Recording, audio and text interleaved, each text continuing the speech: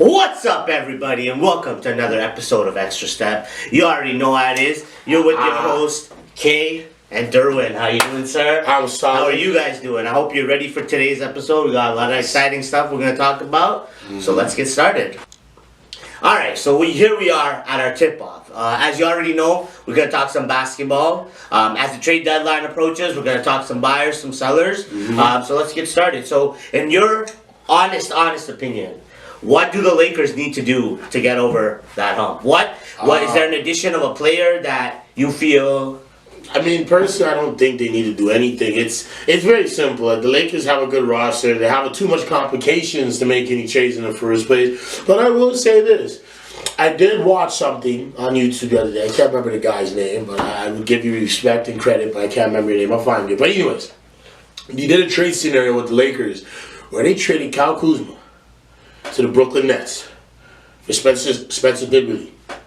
Now, to me, That's pretty nasty. that's a big-time trade because Spencer can play with a guy like LeBron in that offense, and he can get his own buckets. He'd be like the newcomer of Kyrie that can get you a triple-double. That's something. The Lakers got Spencer. That would put them over the top. Kuzma's a great kid. I think he's got great potential, but I just don't see him fitting in that system going forward. Now, for you, actually, let me talk about the Lakers too, just so before we get to another team. No, that's fine. That's fine. I also agree with the Kyle Kuzma thing. I think that he in that system doesn't work anymore. They have AD, who's the best power forward in the league for a reason, and then you have his backup coming off the bench, and it's just not working out. Go out, trade him, get a guard. I've noticed in a lot of the Laker games I watch, he's getting tired of bringing up the ball up. You can see it on his face. He's just like, sorry, like, fuck. Like, I had to bring up the ball, and you guys. Absolutely. He's a great, he can bring up the ball, he can facilitate whatever the case is. He's tired. But it's starting to get tired. So, why not use Kyle Kuzma as a trade offer? Hey, Spencer Dinwiddie would be a great player. I don't know if Brooklyn gives him up, though, but that's a different story. But just get a guard that can bring up the ball and help LeBron to start the game with facility. So what guard would you try to get? I don't have a guard right now that I would put off the top of my head for sellers or buyers like that. But hey, man, Spencer Dinwiddie's not a bad option at all. Now I want to ask you about another buyer, and it's in the East, and it's another top team in the East, right? It's the Bucks. The Bucks. Now listen, I've been critical of the Bucks for time. I think they're a good team. They're a great regular season team. But what do you think needs to be done, or what trade do you think potentially they can do? Okay, so I've talked about this before. Trade Eric Bledsoe. He's trash. He's absolutely garbage. Okay, I don't want to hear this anymore. He's like just beyond trash. No. Chris Middleton, not your second best player. Your third best player. Go out. Go get a damn second best player. Otherwise, Giannis is gonna come to Toronto in 2 years. Damn. That's what they need to do. But who you trading for? I don't care. I don't care. No, I don't okay, you know what? Let's go down all the list of teams, and I'll tell you exactly who they should get. Like, okay, pick one player. Don't give me no five. Give me one. No, I ain't picking no five. Pick one guy you think, because I know. I think I know. Okay. You say yours, and I'll. No, you going first. No, I want to hear yours. No, don't give me that. I want to hear that. You gotta find it. Just say it. Okay, so why find it? You say who you think. No, I think it should be Chris Paul. Jeez. And there's a trade scenario where if they were to trade Eric Bledsoe, I believe it was Ilyasova, somebody added to that trade. It would actually work financially in terms of numbers to get Chris Paul. Chris Paul would be the facilitator, the second best player on the team. Because look what he's doing for OKC. Yeah, no, you know what I'm saying? Like, he's killing for OKC. So I think if you put him on the Bucks, you're going to have a problem. Giannis and CP in the playoffs. My only thing is, OKC is really good this year. Like they're underwhelming. A lot of teams don't expect them to be that good. They already beat the Raptors once in Toronto. Are they really gonna trade away Chris Paul? It's a possibility. But if I was OKC, I'd keep him. Why not? You're the 7th, 8th seed of the playoffs. You're gonna match against one of the Los Angeles teams. Like, I understand where you're coming from. You keep him, you have a mentor shot, you say, hey, let's build from here. But here's the reality. You're not winning a championship this year. Absolutely not. You got Chris Paul, whose time is dwindling down. He's got a lot of money on the books. Absolutely. Who wants to win as much as he's happy in OKC because he's getting paid. I look at it as it's a waste of time. Why have him when you got Dennis Schroeder and you got Shai Shea, who could be your future backcourt? Your future backcourt. Because Shea has proven, hey, let me take the offensive load. Dennis, you could do your little thing over there off the bench. Yeah. But as a starter, it would be nice on that team until they find in the fourth quarter, they have a lineup where it's Shea and Schroeder as well, right? So that they've already worked together, right. And then Chris Paul sometimes in that lineup too. But I just think that with the direction the team is going and the future, look, they're in a playoff position. I think they're in this position without Chris Paul. I think if anything, they're A seed or battling for the A seed without Chris Paul. You have him mentoring. You took him for the rent you need. Trade him off. Right? I know they don't want to be sellers, but hey, you could get a lot back to help build this team to where it needs to be. And Daniel Gallinari needs to go too. They got some guys on that team that got to go. I know. I think that OKC's in a real weird spot just because they have all these guys under contracts. Yeah. They're not sure whether they're winners or losers this year, buyers, sellers. You know, there's a big charade in OKC going on. Like, I don't know what else to say, right? True. They have like 7 first-round picks over the next 4 years. It's just going to be a ridiculous rebuild. For me, I personally, for Milwaukee to maybe go out and get another guard. Now, he wouldn't be a second-best player. But I think him and Chris Middleton would work together as the second-best players. Yeah. And then you let Giannis still do what Giannis needs to do, and that's Derrick Rose. There's a lot of teams that want Derrick Rose this year. He's coming off the bench. He's starting, whatever the case may be. You come into that system, it's kind of like Eric Bledsoe, but a little smarter at least. You know, he doesn't pull up whenever he feels like it. When he's not hot, he'll give it to Giannis. But Eric Bledsoe, man, the guy's got too much ego. Like, even when he's not hot, not feeling it, let me shoot, let me keep shooting. Nah, bro, stop shooting. Like, that's it. So I think, yeah, him and Derrick Rose and Chris Middleton would be a good... Now, hold on, time out. Okay, all right. I feel you on Derrick Rose. I get it. He's having a great season. Yeah. And listen... I ain't taking shots, but I know you love Derrick Rose. I love me some Derrick Rose. So let me explain this to you. He is doing this on a bad team. Absolutely. You're putting him on a team where their main guy that has the ball is Giannis. Mm-hmm. Now, if Chris Paul was there, I get it. That'd be the same situation. But the difference is Chris Paul knows how to play the guy that likes to be ball dominant. Yeah. Derrick Rose is not. What happened when he went to Cleveland? I don't want to hear the excuses about he was hurt, he was this. LeBron James! Right? LeBron James. Okay, so alright, so let's use that to his advantage and say, like, he learned from LeBron. He learned, hey, I gotta be a better shooter now. Right? I've seen Derrick Rose hit a lot of threes this year that I didn't even think Derrick Rose was capable of in his MVP season, right? He was like not a 3-point shooter at all. Obviously the league's changed, so he's had to adapt. So that's what I'm saying. You don't need to bring in another superstar that's going to take away Giannis's Hall of Fame. I'm just saying, if him and Chris Middleton work together, they could still be that second best player on your team. Just the way the Raptors had last year. Kawhi was obviously the best player. But Siakam and Kyle Lowry together?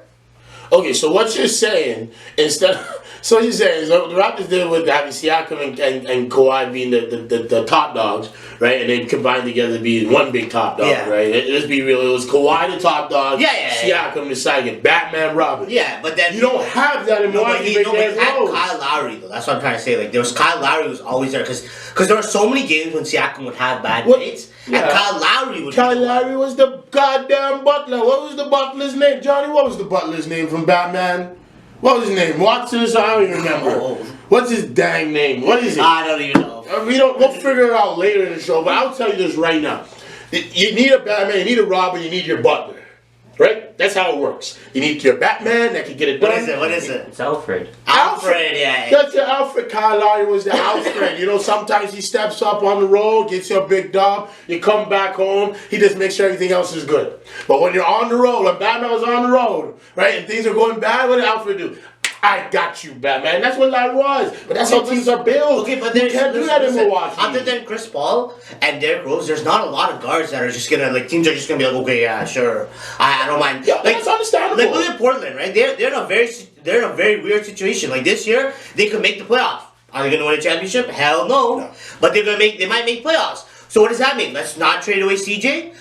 Don't trade away Dame, okay? Like, you'll be stupid for sure. But if you want to trade CJ away, then that makes sense. I'll give Portland this on a quick note. That they have their starting center still looking to come back this season. Yeah. So when he comes back, then we'll get an idea of what they really can do. I think they're going to make some noise. But he's still, even when he's back, he's still not going to be 100%. And even if he is 100%, I think he will. He's been out for 2 years. He's been almost 2 years. He was out all last year. Yeah, no. And he got hurt early in the year before. No, it happened last season. No, it didn't. I'm pretty sure it did. I'm pretty sure it didn't. Okay, that's fine. I'm pretty sure. What about sorry, was there a question you had to ask me?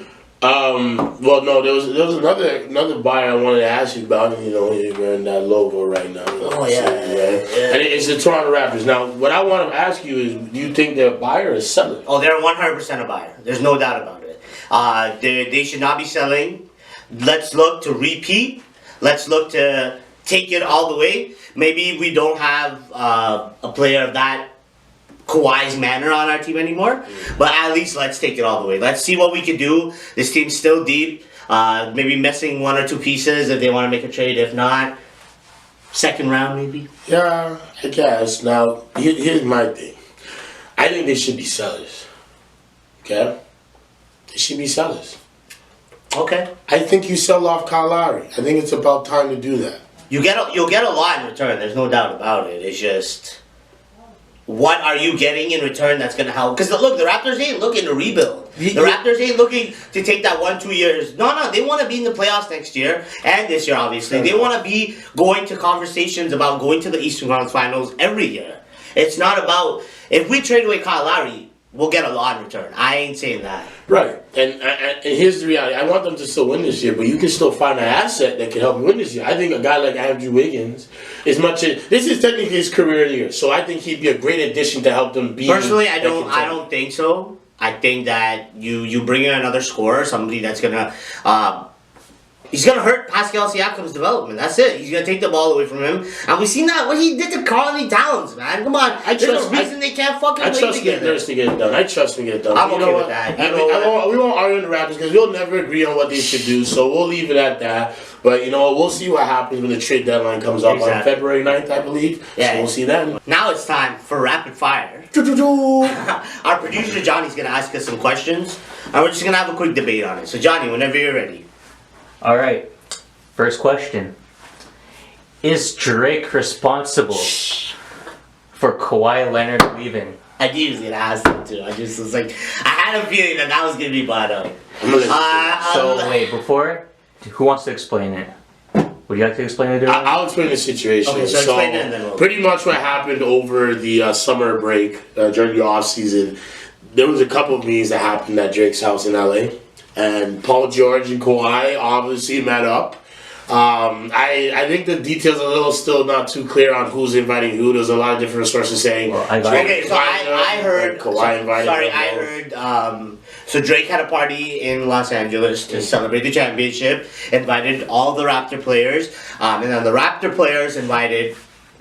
Whoever else. Paul George. Paul George was actually hit up by Kawhi after because Paul George sent a message, hey, congratulations on winning MVP, winning the championship, great 2019 season, whatever the case was. He said, hey, I'm going to a party at Drake's house, why don't you show up?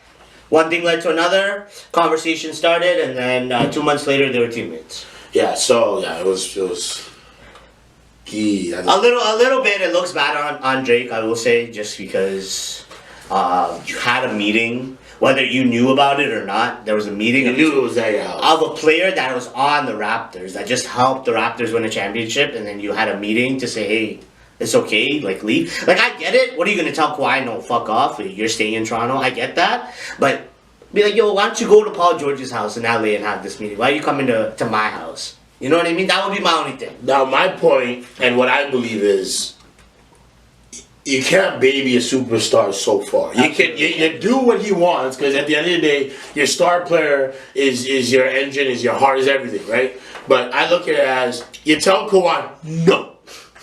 But this is on Kawhi. Yeah, it is on Kawhi. This is mostly on Kawhi. As much as everyone wants to hit on Drake, it's mostly on Kawhi. Because Kawhi decided to make that call. Kawhi didn't need to make that call and say, come to Drake's house. He made that call. So, screw you, Kawhi. You're ass for that. You're ass. It's both. Invite him to your own house. Go invite him to your own house. Don't bring him to Drake's. Why would you invite him to Drake's house? Go to LeBron's house or something. Yeah, have a meeting with LeBron. See how that goes. Like going to space. You guys would all be Lakers right now. So you guys would all be Lakers. So again, the question: is Drake responsible? I said no. I said yes a little. I say no. Drake is not responsible for that. It's not. It was the man's house. Listen, it's not his house, but at the end of the day, you can't control what two people in your house say. You can't control. If you don't want tell Paul George to leave his house. What if they were talking in tongues? Like, yo, Paul George, you trying to drive the Raptors? What if they were talking tongues? I'm not and then the next thing you know, boom, they're teammates. No, that's exactly what happened. But they're both American from Cali. It doesn't look like it doesn't look good on Drake. That's all I'm gonna say. It could have been some Spanish. It doesn't look good on Drake. That's it. Second question. Okay, you're both coaches, right? Yeah. No. Maybe sometimes. Yes, Coaches help out other coaches. Yes. So, I don't it's time for mid-season coaching grades. Oh, okay. Name a coach in the NBA who gets an A, and name a coach that gets an F. I want to do the A's first. Yeah, start with the A's. Nick Nurse. Eric Spoelstra. Both of them. Both of them have done a great job. They're both second and third in the East, but they were both not supposed to be there. Yeah, but Eric Spoelstra, that's mostly Pat Riley. Okay. The mostly Pat Riley. It's mostly Pat Riley. When he bought the team together, you're right. But I'm sorry, on the court, it's who built that culture? It's still Eric Spoelstra. Who built that culture? I'm sorry, Pat Riley's in the press box during games. He's not the one calling yo run the culture. Two man defense. Answer the question. Stop this. I just said that. You're not listening. I just said Pat Riley is responsible for the team. But on the court, it's Eric Spoelstra. So don't give me that. Pat Riley, he's still coaching. It's still Eric Spoelstra. And then for F's, I'm gonna go with Chicago. I don't know what the hell you guys are doing, man. This was supposed to be the year you guys finally made the playoffs. Is he still coaching? Yeah, I don't know. That white Portland, bro, he's so trash. Like the man, like cusses his players out and stuff. He needs a call, Pat, right? Yeah. There was a whole story, like in the beginning of the season, that the Bulls players didn't want to play for him anymore because he was being an ass. Like he was just being like he's trying to learn from Thibodeau, but Thibodeau was a duke. He was a douche. He was a douche too. What about you? You got an F? There's a lot of F's to give around. I was gonna pick Atlanta's coach, but I can't because I know he is trying his best. He's trying. And they haven't built that team to how he wants. But if I really had to pick a team, I'm gonna give an F to, honestly, our coach. I gotta say Brooklyn. And there's no disrespect to Kenny Atkinson, right? Yeah. It's just the fact that you got Kyrie and now you're babying him. You know, you're doing the same thing they did in Boston and they did in Cleveland. You're just letting him do what he wants. I understand that he's your best player right now, but it's just like, tell him, know yourself. Yeah. Let Spencer bring up the ball and be a 2. A undersized 2 like Iverson was.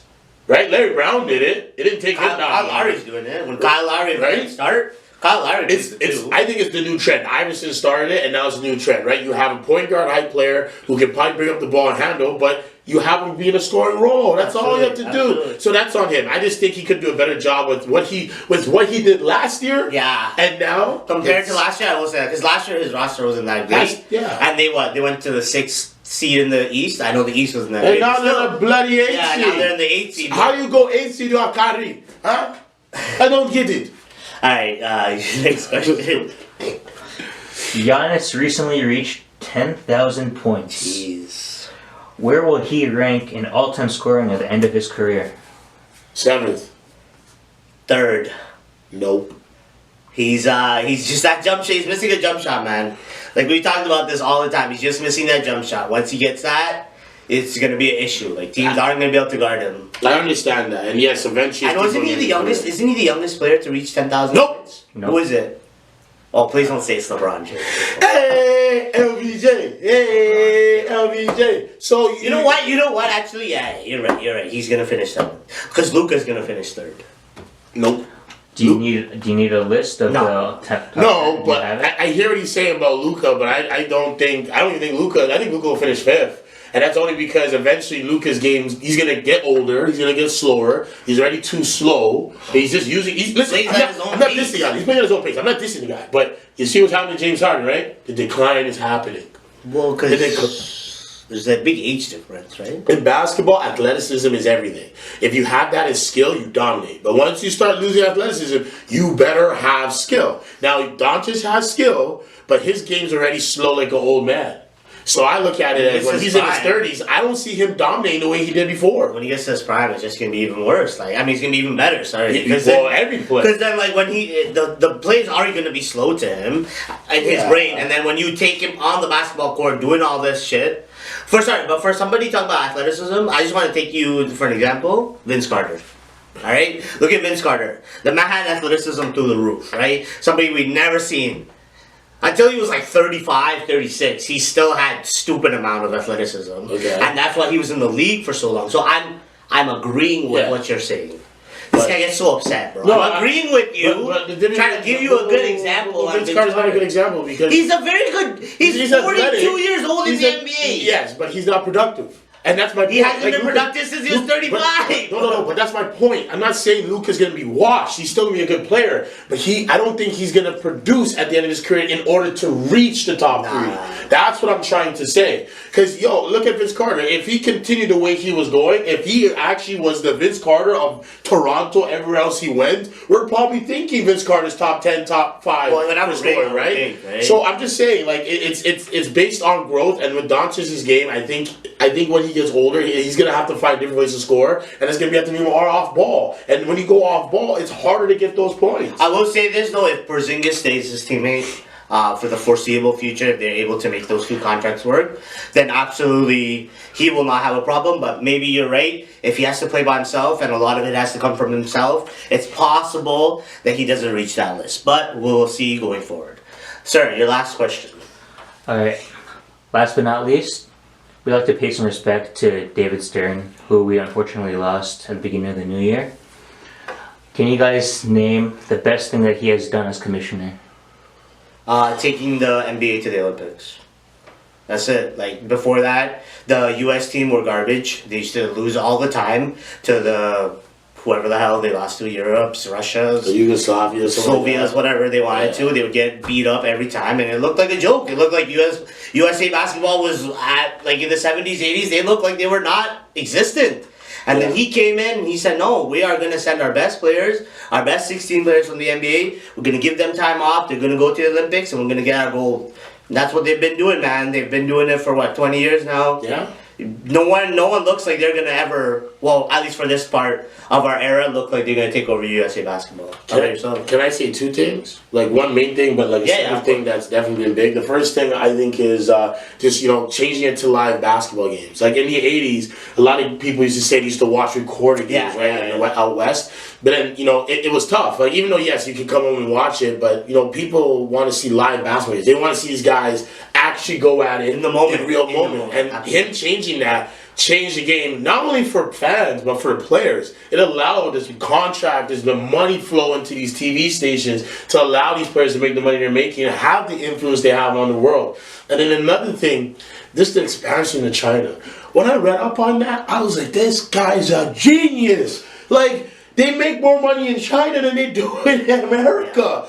Like for you to take that ballsy approach to go to China and say, listen, we're going to do whatever you would like to help grow this game and do it the right way, having guys like Yao Ming being the first pick in 2002, right? And then have guys like Tracy McGrady, Kobe, LeBron, Michael Jordan be idolized over there. Shaq. It's changed the game. It's Stephon Marbury. Well, he's a Hall of Famer. He's a fucking goat over there in China, bro. He's the Chinese goat. But it's just remarkable what he did, and you know what? I think the NBA will definitely pay tribute by having something named after him, a trophy of something. Something has to, because that man has changed the game. And as much as I criticized him because that stupid uniform bull crap he did, I still don't like it, but I understand now. But I mean, all overall, absolute legend, absolute great. Oh yeah. Changed the way we think about basketball. We changed the way we see basketball, and we couldn't say enough good things about him. David Stern, we thank you. Us Canadians here are thankful, man. Absolutely. Appreciate you, brother. Welcome to K Sound Off. Yes, here I am again. I gotta talk about somebody. And he's my favorite guy to talk about. You know who he is? Kyrie Irving. Now, before I get on to what pissed me off about him, let me say one thing. This guy has some real balls. This guy was asked a question. And they asked him something about, bringing a title back to Brooklyn or the Nets and making a great organization. This man was like, well, there was an Irving that went before, or was great here. There's another Irving. I helped him win again now in the NBA. And I was like, bro, your ego's all over the place. I can't handle you. So this is what I'm really mad about. A reporter asked him a question asking, how he felt about the team and what they needed. And he decided to have a little point where he said, hey, we got pieces like, Spencer. They got, what's his name, LeVert. They have DJ. They got KD. And they need guys to support those guys, including him, of course. Now, I get it. As a player, you understand what your team needs. But the reality is, you should be fine with what you got. You have a nice roster. What are you complaining about? What pieces you need? You have KD coming back next year. Do you not understand that? Kevin Durant, the second best player on the planet, is coming onto your team next year. If you need more pieces to add to that, you're delusional. You're delusional when you said the world was flat. You're delusional when you wanted out of Boston. You're a crazy man. You're a great ball player, but you're crazy. You need to start making some sense. You're in Brooklyn. We get it. You're in the biggest market in the NBA. Understand something here. You got KD coming, you'll win. That's it. You don't need nothing else. Shut your mouth. Got it? I don't want to hear you no more. I'm tired of talking into this camera, speaking a goddamn name. Do me a favor. Shut up and play basketball. Right? That's it. Do me that favor. That's my sound off. I can't take this game. I'm going. Alright, so here's another segment of Derwinner and Loser. How you guys doing? I'm going to start with my loser. Actually, you know what? I'm going to start with my winner this week. The Denver Nuggets. The Denver Nuggets. Aren't they an interesting team? They go out, they draft guys late in the first round who had potential to be a first overall pick, but because he got injured, 14 other teams passed up on him. Talk about Michael Porter Jr. Beast. I was watching some of his high school mixtapes. I don't know what these NBA teams are thinking about. Draft the man. I know he's injured. He had a shoulder injury. You can still draft him. You can still develop him. But now look at what Denver did. They kept him for a whole year under injury prevention, whatever the case was. Helped him rehab his shoulder, and now look at them. Are they not going to be a beast in the West for years to come? Because their scouting likes to take risks? That's my winner. Look at that. They just took a big risk. 1 year later, it's paying off. The man's dropping 20 points every other game. We'll see next year. Maybe I'll be talking about Bobo. How he was a steal in the second round. Come on, NBA teams. Your scouting's got to be better. Now for my loser, I'm actually going to take it off the basketball court. I'm going to go to the field. I'm going to take it to baseball, actually.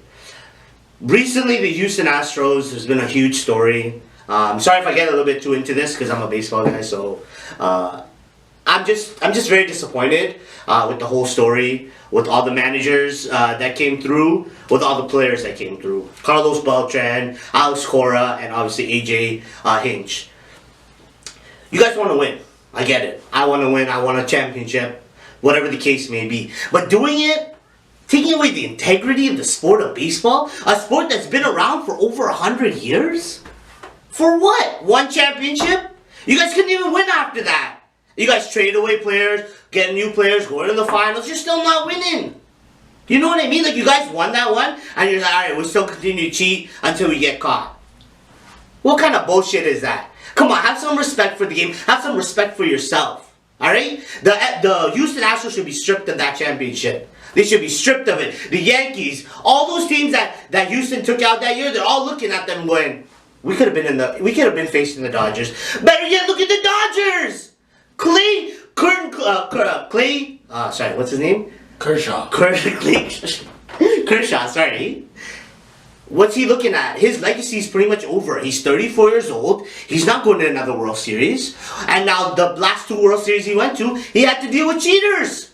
First he had to deal with the Houston Astros, and then he had to deal with the Red Sox. I feel so bad for this man because every season he comes into the MLB, puts up stupid numbers, is always up for Cy Young, and then when it comes to the playoffs, he gets beat. And I always thought it's because the man didn't have it.